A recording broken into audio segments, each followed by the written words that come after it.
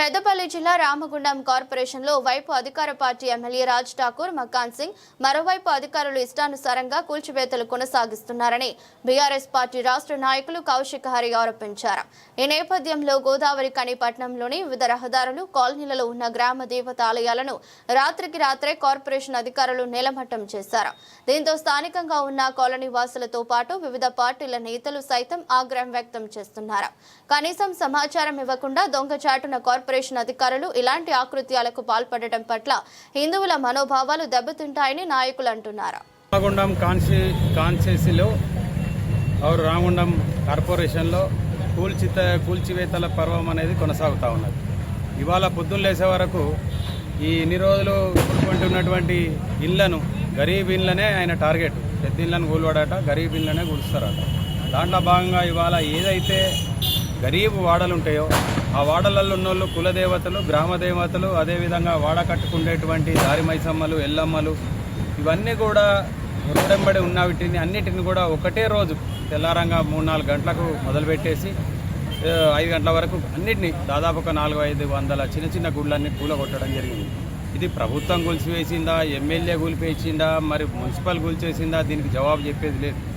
ఇట్లా హిందూ ధర్మంకు సంబంధించినటువంటి ఆలయాలను కూల్చిగానే ఇది పానిక్ అయ్యి ఇది ఎవడు కూలగొట్టిండో తెలియక పబ్లిక్ రివోల్ట్ అయితే వాళ్ళ పరిస్థితి ఏముండే.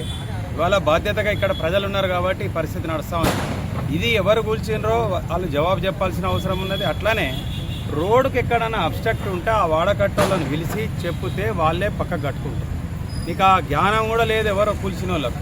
మీ ఇష్టారీతిగా ఇళ్ళను అట్లనే కూలుస్తున్నారు, ఈ చిన్న చిన్న గుళ్ళను. ఏంటంటే గరీబుల మీదనే దాడి జరుగుతుంది.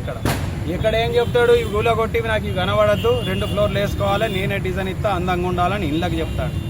ఇక్కడ ఏం చెప్తాడు, ఈ చిన్న చిన్న గుళ్ళు కనబడద్దు, నాది ఒక్కటే ఆంజనేయ స్వామి గుడి కట్టాలి, నేనే వచ్చాడు లంగా పైసలతోటి కడతాన్నాడా అని చెప్పి అది చెప్తాడు. ఇట్లా ఏ విధంగా నిన్నటికి నిన్న అక్కడ పోయి చూసినాం మేము. ఏదైతే మన మేడారం జాతరల గోదావరి కాడ పోతే అది రినోవేట్ అవుతా ఉన్నది. అక్కడ కూడా ఆయన ఆ గద్దెల మీద, రినోవేట్ అయ్యే గద్దెల మీద బూట్లతోటి మొత్తం మంది తిరుగుతూ ఉన్నారు.